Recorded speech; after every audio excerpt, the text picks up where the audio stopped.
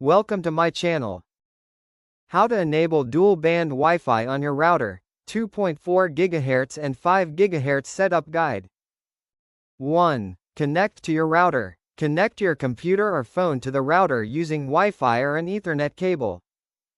2. Open a web browser. Open any browser like Chrome, Edge, or Firefox.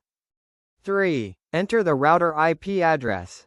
Type the router's default IP address in the address bar, commonly 192.168.0.1 or 192.168.1.1, and press Enter.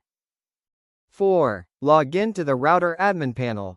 Enter the router username and password. Default login is often admin or written on the router label. 5. Go to wireless settings. After logging in, find the wireless settings or Wi-Fi settings section. 6. Enable the 2.4 GHz band. Make sure the 2.4 GHz wireless network is enabled. This band gives wider coverage. 7. Enable the 5 GHz band. Turn on the 5 GHz wireless network. This band provides faster internet speeds. 8. Set different Wi-Fi names, SSID. Give different names to both networks, for example, Home Wi-Fi _2.4G, Home Wi-Fi _5G.